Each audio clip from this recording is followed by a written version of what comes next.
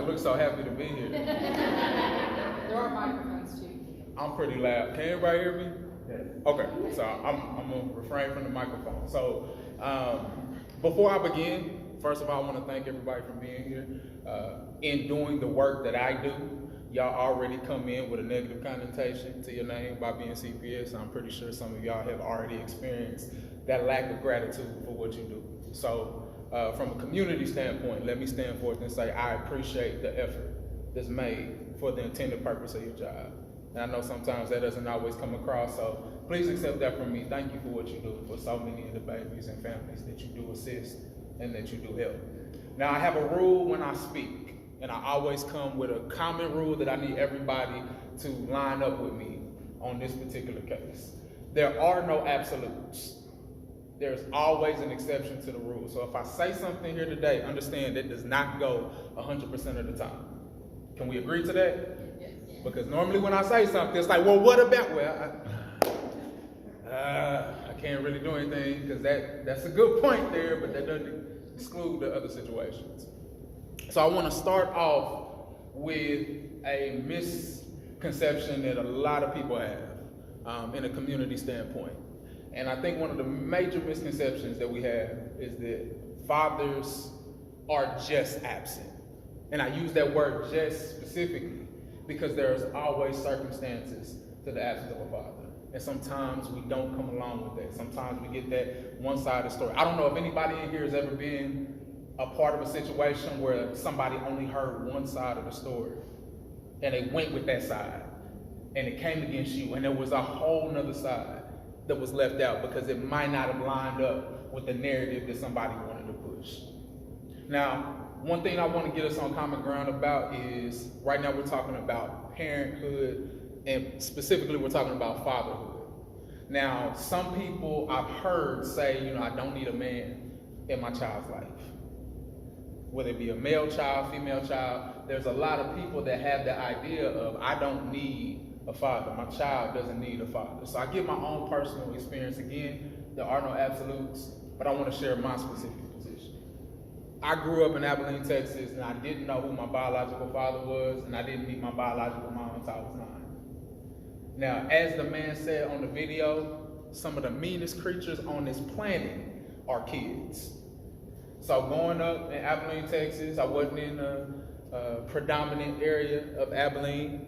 Never had to worry about the lights being turned off, but if there was crack activity 100 yards away from my house, right there at Abilene North.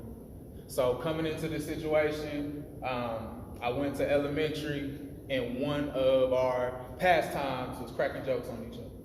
So, you had the your mama jokes, you had, your forehead is big. We had everything that we could possibly say to try to get somebody to laugh about a situation. But the issue was once somebody started to get the upper hand, if I started to get the upper hand on somebody that had a go-to phrase that was guaranteed to make me either cry, fight, or both. And they love to say, at least I know who my daddy is. I got tired of having that issue. I got tired of somebody having that type of control over me. So I did what a lot of people do, not just kids, but a lot of people, they use a phrase to protect themselves. It's their armor that they put up. I don't know if you ever heard it before, but I started to learn and become very proficient in the phrase, and all I had to say was, I don't care. Oh, I said it all the time. Did I mean it? No. But did it work? Temporarily. It gave me that little bit of space. It made me feel as if I was in control, like you couldn't come up and reach into my heart and pull out something that I was vulnerable about because I don't care. I equated not caring to powerful, not realizing I was just delaying the avalanche that was coming. I don't know if anybody ever cleaned their room before by just throwing everything in the closet. Anybody ever did that before? Oh, I was the only one. So you throw everything in the closet. Why do we do that? We do that because we want the room to appear clean, correct? So I get everything, toss it in the closet. But what happens when you toss everything in the closet? See, you're good. If you go to that door, you know exactly how to open it because you know what's back there. At least you know what you think you put in there. So you'll inch up to the door and you grab it. And if you got to do something, you'll do the little double Dutch rock and open it, throw it back in there and try to keep it closed because you know if I open that door, everything is coming out. Sometimes we do the same thing with our emotions. Now I want you to keep that closet analogy. What happens when somebody else opens that door? They don't know how to open it. When they open it, everything comes out. Do you have control of what comes out of that closet once somebody else opens that door? Absolutely not. Now we can see that from a physical sense, but what if I told you the same thing happens emotionally? So you have people that are storing that emotional closet, and then somebody else comes and opens it. And the problem with that is because I don't know what all is in there because I forgot what all I tossed in that closet. I came to a situation in my own personal life that I said I don't care so many times. I lied to myself and I started to believe it. I started snapping in other areas that didn't make any sense to me. So I started to become violent in places that really didn't make sense. And it came to a head when I was playing with my cousin in my room. And I got into an altercation with my cousin. Actually, it was assault. I just started hitting him because he moved my Nintendo controller. Now pause. Do you really think I was that mad over Nintendo controller? Absolutely not. But when I went off, my aunt came in the room and she had never seen me that way before, and she comes and she gets on her knees and she says to me, she said, "Baby, what's wrong with you?" She crying, I'm crying, and you know what the most painful part about that was? I didn't know. I didn't know I was upset. I didn't know I was angry. So it came to a place where my grandfather, I was raised by my grandparents. My grandfather is on his way home. And yeah, I was about to get that whooping. I already knew, wasn't no questions asked. So I'm sitting on the bed, I hear the screen door close, and I hear that deep, sultry voice call my name, and I come to the end of the hallway, and I step out my door, and he's standing at the other end of the hallway, and I'm waiting for my instruction or whatever is about to happen, and he said something I wasn't expecting. He said, "Son, I need you to talk to me." And immediately I looked at him and I said, "No, Papa." Let me put some context to this. I don't tell this man no. This is not a common thing, like, "I don't feel like doing it." You get back to it. No. When he says to do something, I do. But in this particular case, I have no way of explaining how I knew, but I knew exactly what he was talking about. And it was a conversation that I wasn't willing to go to. Even at that young age, it was a no-go. So he said it again. He said, "Son, I need you to talk to me." I said, "No, Papa." Then I said a phrase that I'll never say again. I said it once and it never came back. And I said to him, I said, "Papa, just whoop me." That's how painful it was. And the conversation I didn't want to talk about was the absence of my birth father. And here's the reason why I didn't want to talk about it, is because I was the blessed one. My grandfather was a pastor. My grandparents took care of me. So how would I have the audacity to disrespect these people that have raised me, to ask about a person I've never seen in my life? So all the outside narratives and all these other things started hitting and coming to me. So as I'm sitting there in that moment, there's no way I'm going to disrespect the man that I love the most in the world. So periodically, I'm getting closer and closer to him. So I'm standing right in front of him. I put my head on his sternum. He puts his hand behind my head. And he says one more time, "Baby, I need you to talk to me." And at that point, I lost it all. And I screamed out. And I asked the simple question, why he doesn't want me? Why don't they love me? Was I an ugly baby? Was my Pampers too dirt? Like, any logic that I could put out there was pushed out at that point, because all I wanted to know as a child, after crying myself to sleep night after night, just asking that simple question, why they don't love me? Why don't they want me? That was one of the most powerful moments in my life, because when I came forth at that, I didn't receive punishment. I received the ear.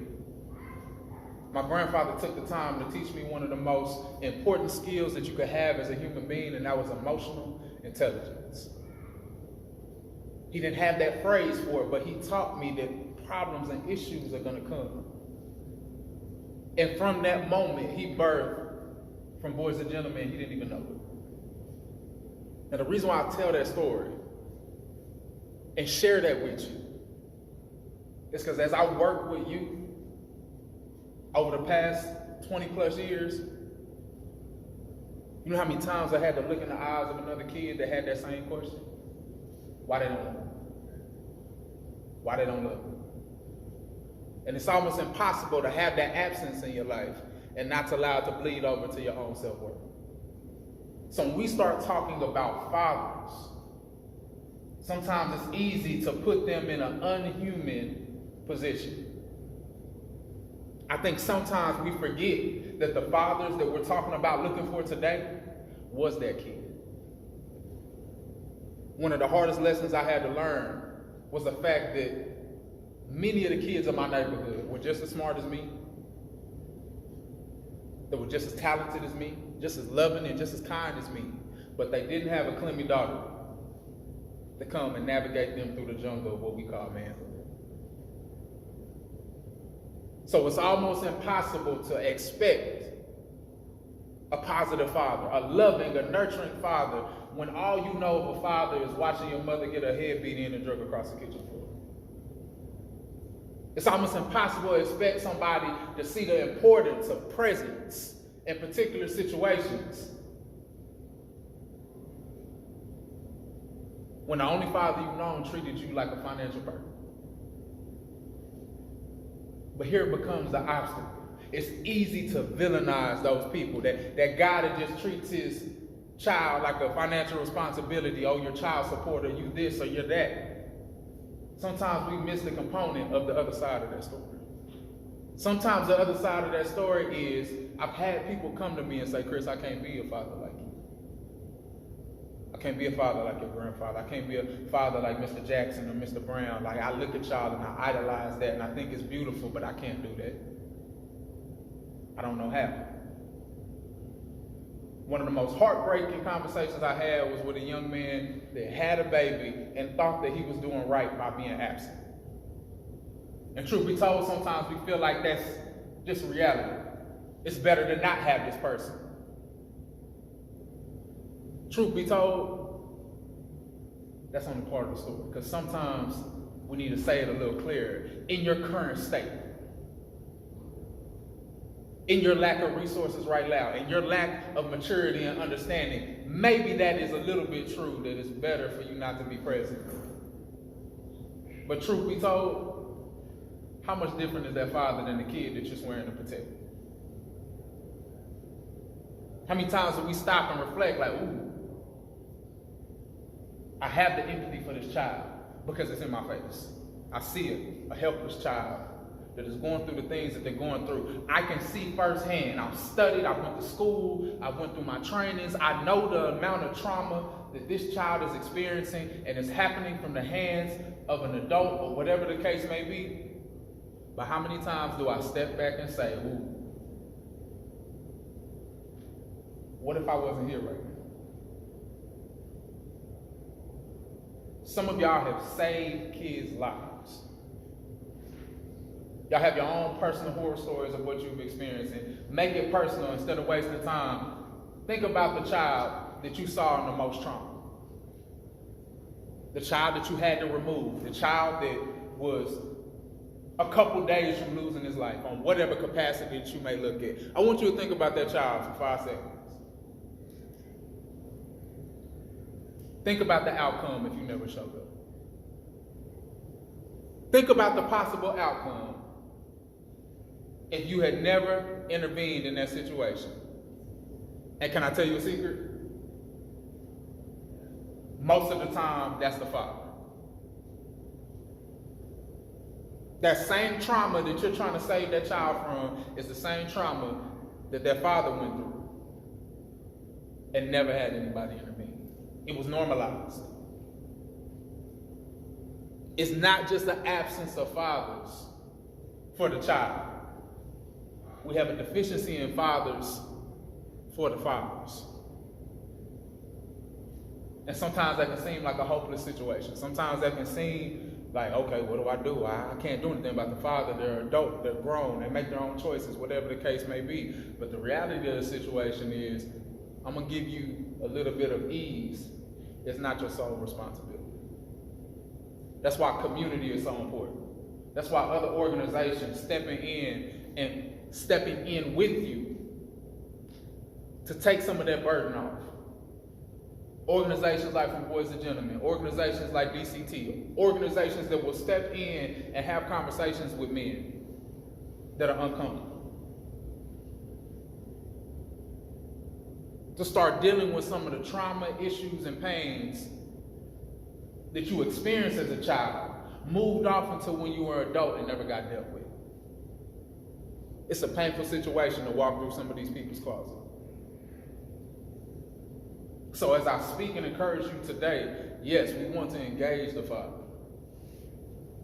Yes, we want to not forget that they're an important component of the family's life. But I also want you to know it's not your sole responsibility. You are a contributor to that if you so choose to be. It may not always be the hard requirement, but when we really get down to the depth of understanding how we're going to impact and change a very violent and vicious world that a lot of these kids have to experience on different levels every day. Sometimes our best case study is the parent. When we're concerned about how the kid might turn out, sometimes we might forget that parent is our test study. They've already gone through the same experiences. They've already shown you what a possible outcome is if there is no intervention. Now, by show of hands, all right, simple question. How many of y'all remember when you were 14? 14, 15, roughly. Now, can I ask you a serious question? How mature were you when you were 14? Just think about it. You don't have to say it out loud. We don't want to embarrass nobody. But how mature were you? How responsible were you 14 to 15? I'm going to tell on myself, I wasn't ready for a puppy by myself at 14 to 15. Now imagine being responsible for a whole nother human being. That scares me. And I was 25 when I heard my first child. I was still scared.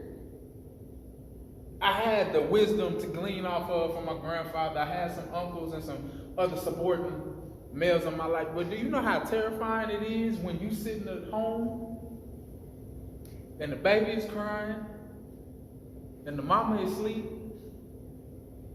and you don't, it's just me and you, son.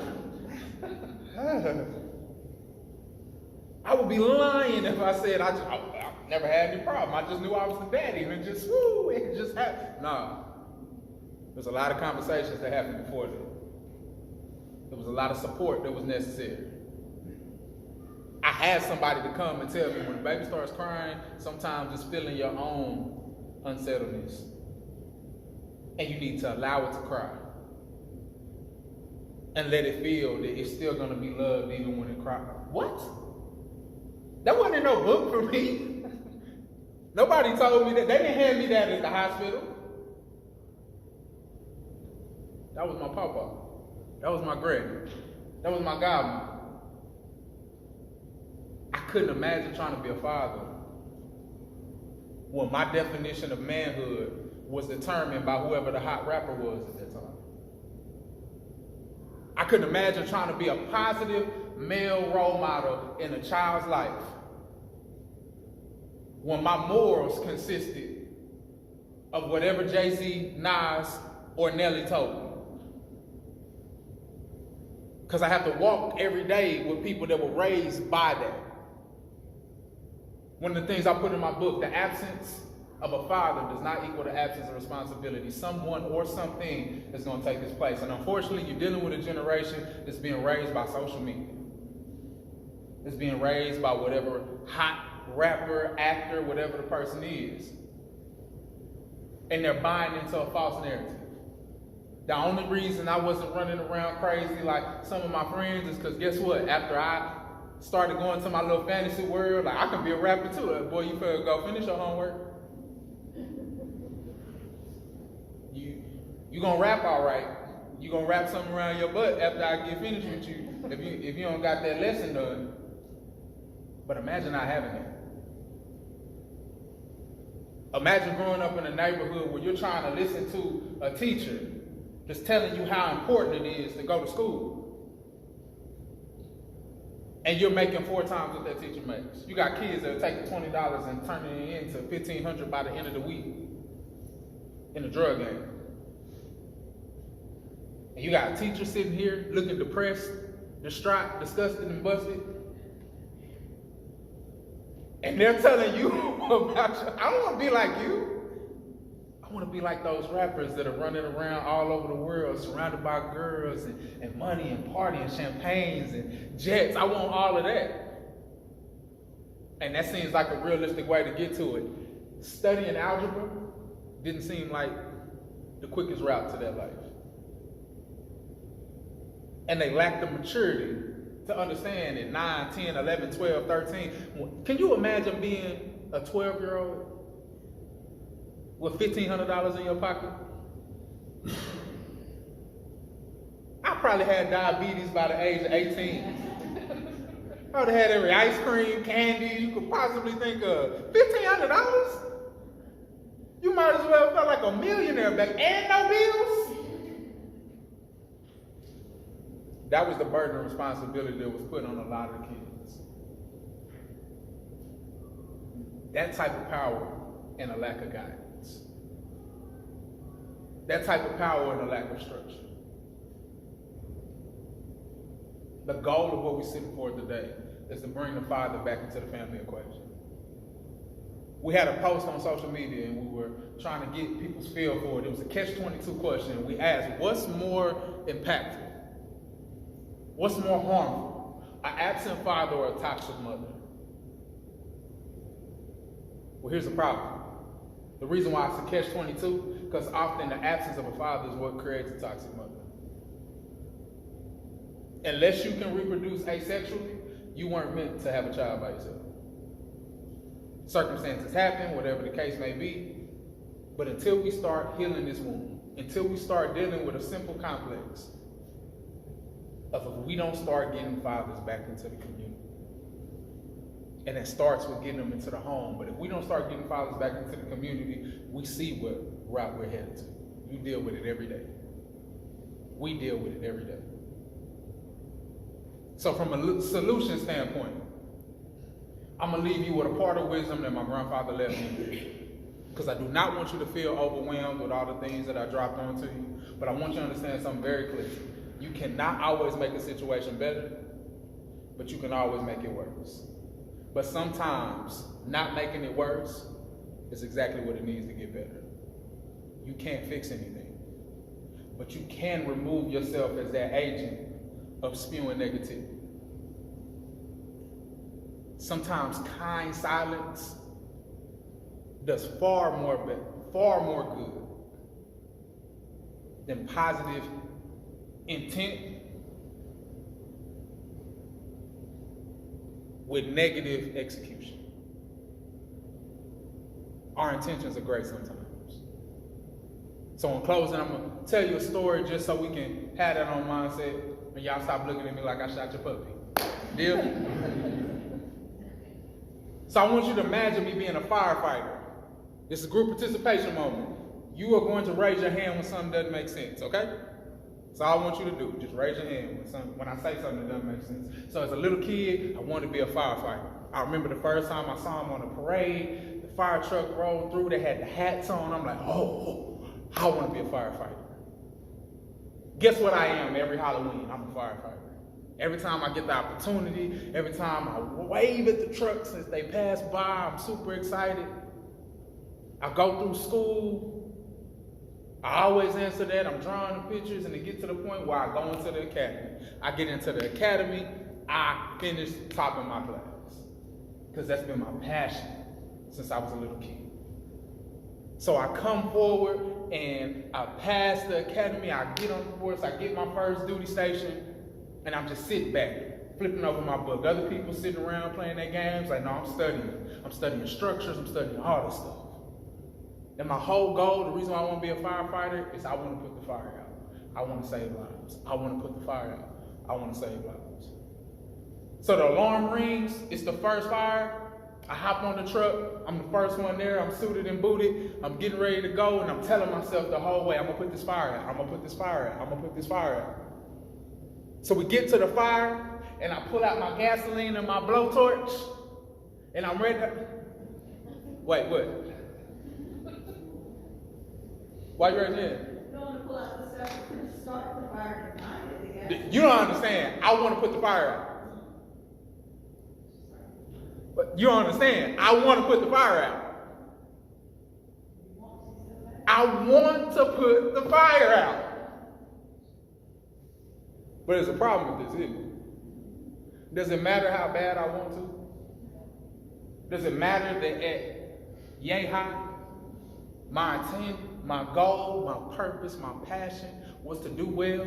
Does it matter if my execution is making the situation worse? That's one of the hardest things to do. Execution over intention. If you constantly have to explain what you intended to do, it might be a time to be a little bit more accountable to how effective you've been at doing it. Thank you so much for your time. Have a great day.